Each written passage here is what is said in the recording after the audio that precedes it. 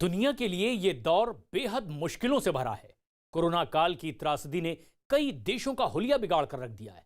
एक अदद वैक्सीन की आस में लोग वैज्ञानिकों से अब आस लगाए हुए हैं और भारत भी उन देशों की कतार में शामिल है जो देश इस वक्त वैक्सीन बनाने की रेस में सबसे आगे हैं। वैक्सीन कब बनेगी, कब मिलेगी, कितनी कारगर होगी, उसे कितनी जल्दी लोगों तक पहुंचाया जाएगा, इन्हीं तमाम सवालों के जवाब तलाशने देश के प्रधानमंत्री नरेंद्र मोदी ने अब खुद मोर्चा संभाल लिया है। उन्होंने वैक्सीन निर्माण में जुड़ी हुई 3 सबसे बड़ी कंपनियों का दौरा भी किया है और यह पता लगाने की कोशिश की है कि आखिर वो घड़ी कब आएगी जब भारत का वैक्सीन बाण कोरोना का काल साबित होगा।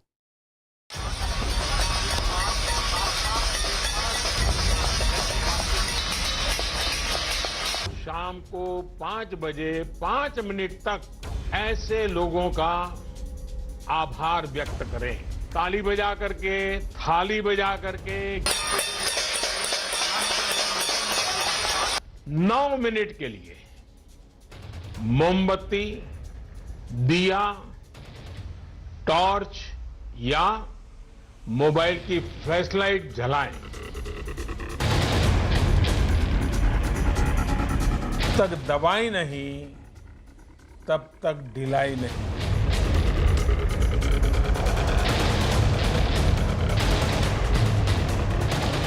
कोरोना की वैक्सीन जब भी आएगी वो जल्द से जल्द प्रत्येक भारतीय तक कैसे पहुंचे, इसके लिए भी सरकार की तैयारी जारी है।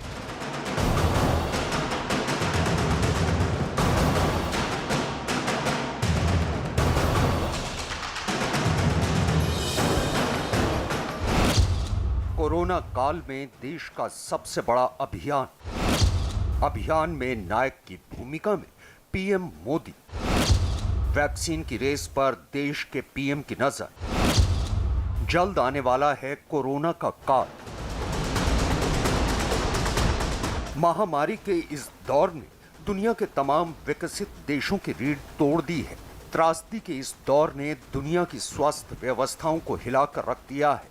कोरोना काल ने ऐसा सितम ढाया है कि तकनीकी तौर पर भारत से कहीं ज्यादा उन्नत देश घुटनों के बल आ चुके हैं। भारत भी कोरोना की इस घातक लहर से खुद को बचा नहीं पाया है। देश के कई राज्यों में कोरोना की दूसरी लहर ने सत्ता और शासन को त्राही त्राही पर मजबूर कर दिया है। लेकिन इस बेहद मुश्किल घड़ी में देश के प्रधानमंत्री नरेंद्र मोदी के इस दौरे ने उम्मीदें फिर बढ़ाई हैं। कोरोना को शिकस्त देने वाली वैक्सीन बनाने में यूं तो दुनिया जुटी है, लेकिन भारत में इस वक्त 3 कंपनियां ऐसी हैं जो वैक्सीन बनाने की रेस में दुनिया के किसी देश से पीछे नहीं हैं। पहली कंपनी अहमदाबाद की जाइडस बायोटेक पार्क, जहां जायोकोव डी नाम से कोरोना वैक्सीन बना रही है। दूसरी कंपनी हैदराबाद की भारत बायोटेक, ये आईसीएमआर के साथ मिलकर कोवैक्सीन नाम का टीका बना रही है। तीसरी कंपनी पुणे की serum institute of India, Britain की एस्ट्राजेनेका के साथ मिलकर कोविशील्ड पर काम कर रही है। इन तीनों कंपनियों में वैक्सीन निर्माण का काम अपने आखिरी दौर में चल रहा है। यही वजह है कि तैयारियों का जायजा लेने देश के प्रधानमंत्री नरेंद्र मोदी ने खुद मोर्चा संभाला। सबसे पहले दौरा किया अहमदाबाद के जाइडस बायोटेक पार्क का। इस दौरान पीएम ने पीपीई किट पहनकर वहां की तैयारियां देखी और वैज्ञानिकों से वैक्सीन के बारे में जरूरी जानकारी हासिल की। इस दौरान पीएम मोदी ने जाइडस बायोटेक पार्क में अपने अनुभवों को ट्वीट के जरिए लोगों के साथ साझा भी किया। अहमदाबाद में जाइडस बायोटेक पार्क का दौरा किया, जहां देश में बन रही डीएनए आधारित वैक्सीन के बारे में जानकारी ली। इसे जाइडस कैडिला बना रही है।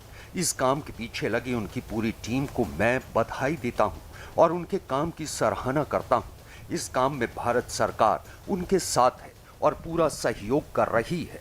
वैक्सीन तीनों अब कौन उसमें कितनी एफिशिएंसी होगी ये भी देखने वाली बात होगी। और क्योंकि पूरी देश और दुनिया की नज़रें इस पूरी महामारी पर टिकी हुई है कि इस महामारी को काबू में करने के लिए कौन सी ऐसी वैक्सीन जो कारगर साबित हो सकती है। ऐसे में हर कोई अपना दावा कर रहा है, कोई 95%, कोई 90%, इस तरीके से दावे कर रहे हैं। ऐसे में यहाँ अपने यहाँ जो बनी है, जो स्वदेशी वैक्सीन जिसको कह सकते हैं, उनका दावा भी कितना रहता है, क्योंकि ट्रायल के बाद ही उस बारे में पता चलेगा। लेकिन जो जानकार हैं वो ये बता रहे हैं कि ट्रायल का जो फेज़ है ऑलमोस्ट खत्म हो चुका है और जो टीका बनाने की प्रक्रिया है उस पर जोर दिया जा रहा है। ऐसे में क्या कुछ वो टर्मिनोलॉजी होगी, किस तरीके से होगा, ये अभी डिसाइड होना बाकी है। उसके लिए हमें थोड़ा इंतज़ार करना होगा।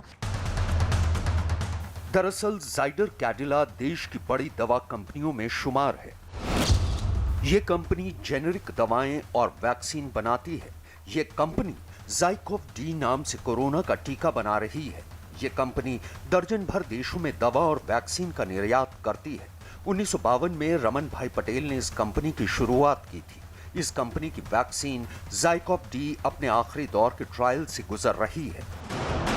अहमदाबाद के बाद पीएम हैदराबाद पहुंचे और वहां भारत बायोटेक कंपनी का जायजा लिया। भारत बायोटेक आईसीएमआर के साथ मिलकर कोवैक्सीन नाम का टीका बना रही है। दावा किया जा रहा है कि इस वैक्सीन को लेकर तीसरे चरण का ट्रायल चल रहा है, यानी ये वैक्सीन अपने आखिरी दौर की प्रक्रिया से गुजर रही है। भारत बायोटेक आईसीएमआर के साथ मिलकर कोवैक्सीन को बना रही है।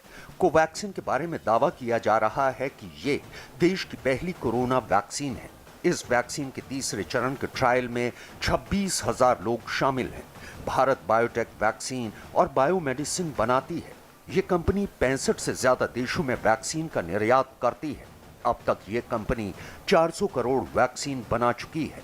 1996 में डॉक्टर कृष्णा एम एला ने यह कंपनी बनाई थी। भारत बायोटेक द्वारा बनाई जा रही कोवैक्सीन का ट्रायल देश के बाकी शहरों की तरह अहमदाबाद में भी चल रहा है।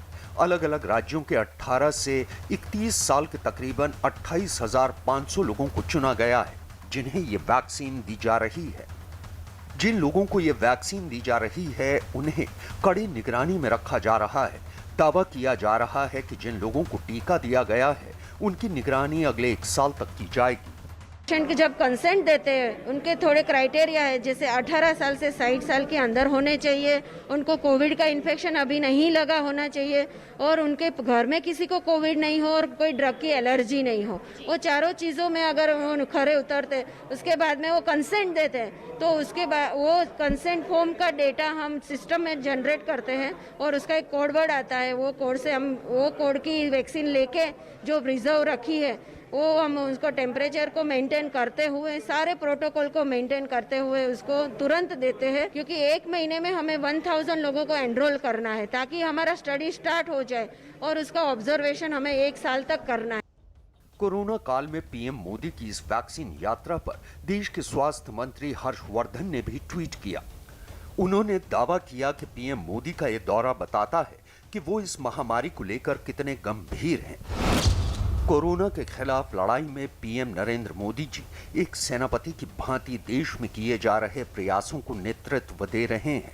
वैक्सीन के विकास और विनिर्माण की प्रक्रिया की समीक्षा के लिए आज 3 शहरों की उनकी यात्रा ये दर्शाती है कि वो इस महामारी को लेकर कितने गंभीर हैं। अहमदाबाद और हैदराबाद का दौरा करने के बाद पीएम मोदी पुणे पहुंचे, जहां उन्होंने सीरम इंस्टीट्यूट ऑफ इंडिया का जायजा लिया। सीरम इंस्टीट्यूट ऑफ इंडिया ये दुनिया का सबसे बड़ा वैक्सीन बनाने वाली कंपनी है और लगभग दुनिया में जो 60% जो वैक्सीन बनती है वो इसी जगह पे बनती है और पूरी दुनिया में एक्सपोर्ट होती है। तो सबकी निगाहें और सबकी जो उम्मीदें हैं वो सीरम इंस्टीट्यूट ऑफ इंडिया पे ही हैं, क्योंकि जो वैक्सीन की इससे काफी ज्यादा एक्सपर्ट माना जाता है और कोविड को लेकर इसने 2 जो ट्रायल है वो पूरे कर लिए हैं, सक्सेसफुल रहे हैं। अब जो कोविड की वैक्सीन का ट्रायल वो 3रे स्टेज पर है और उसका भी ट्रायल चलाया जा रहा है और यही बताया जा रहा है कि उम्मीदें सबसे ज्यादा सीरम के ऊपर हैं, क्योंकि जो एक्सपर्टीज है वैक्सीन बनाने में वो सबसे ज्यादा इन्हीं को महारत है। ब्रिटेन की एस्ट्राजेनेका के साथ मिलकर इस कंपनी में कोविशील्ड नाम की वैक्सीन पर काम चल रहा है।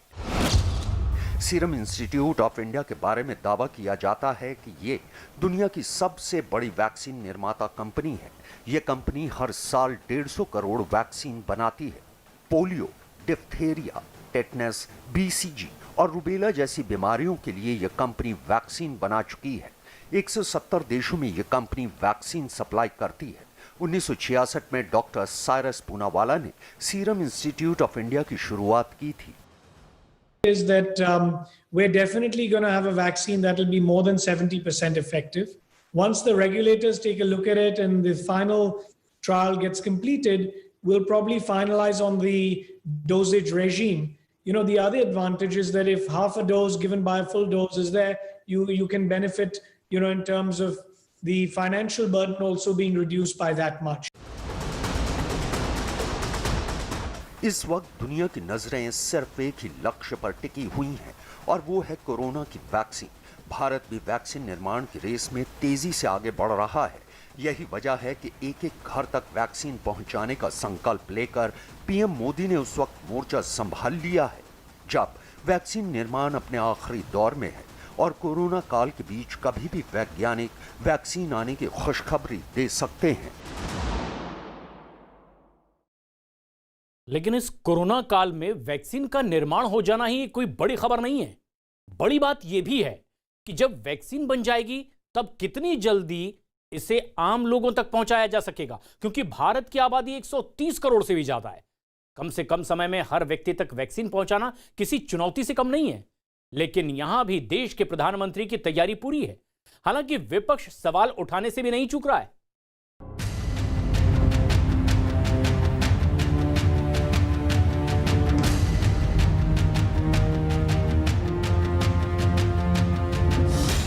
अब वैक्सीन आने के बाद भी हमारी प्राथमिकता यही होगी कि सभी तक कोरोना की वैक्सीन पहुंचे। इतना बड़ा टीकाकरण अभियान स्मूथ हो, सिस्टमेटिक हो और सस्टेन हो, ये लंबा चलने वाला है। कोरोना काल के संकट मोचन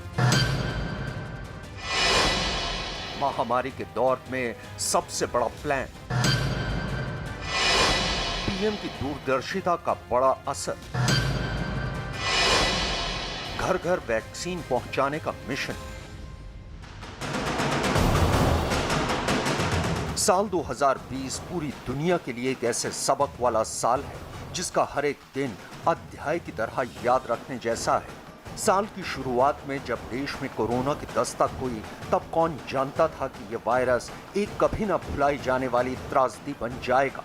लेकिन दुनिया को बर्बादी की कगार पर ढकेल देने वाली इस महामारी से भारत ने अभी तक जिस तरह से जंग लड़ी है उसकी सराहना पूरी दुनिया में हो रही है, क्योंकि अगर भारत में कुछ बड़े फैसलों पर वक्त रहते अमल नहीं किया गया होता तो कोरोना से होने वाली मौतों का आंकड़ा कहीं ज्यादा होता। दावा किया जाता है कि कोरोना काल में पीएम मोदी की दूरदर्शिता ने बहुत हद तक इस महामारी पर ब्रेक लगा दी। फैसला नंबर 1, 30 जनवरी को भारत में पहला केस आने से पहले ही बचाव के उपाय शुरू किए जा चुके थे।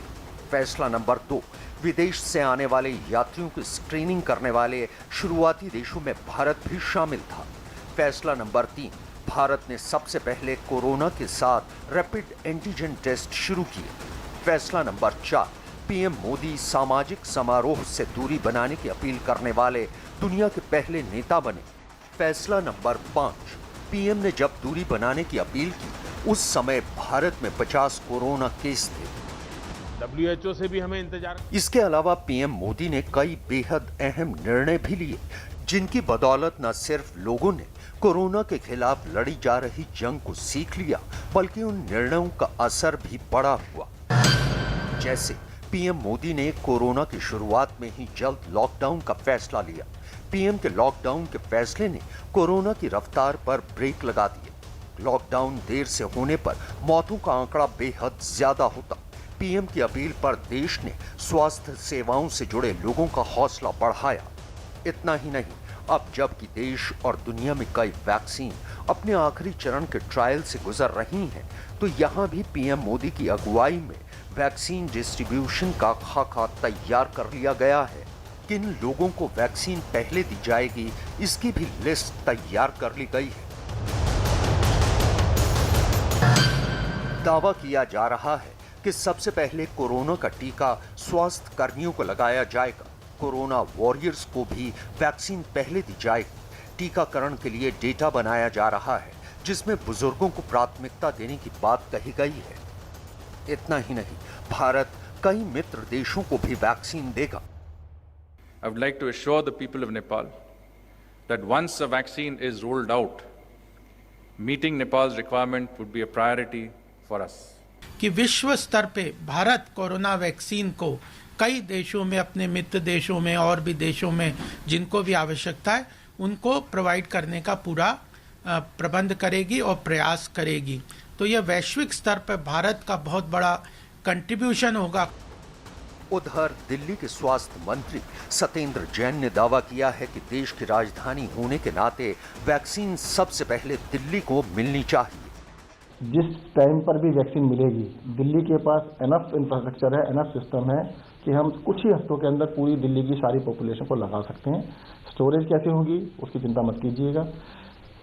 लगाने के लिए हमारे पास मोहल्ला क्लिनिक्स हैं, पॉली क्लिनिक्स हैं, हॉस्पिटल्स हैं, बहुत सारी संख्या में हमारे पास इंस्टॉलेशन हैं। तो मिलने के ऊपर है ना, जितने मिल जाएंगे हम लगा दें। और वैसे भी देश की राजधानी है और राजधानी को सबसे पहले प्रायोरिटी मिलनी चाहिए।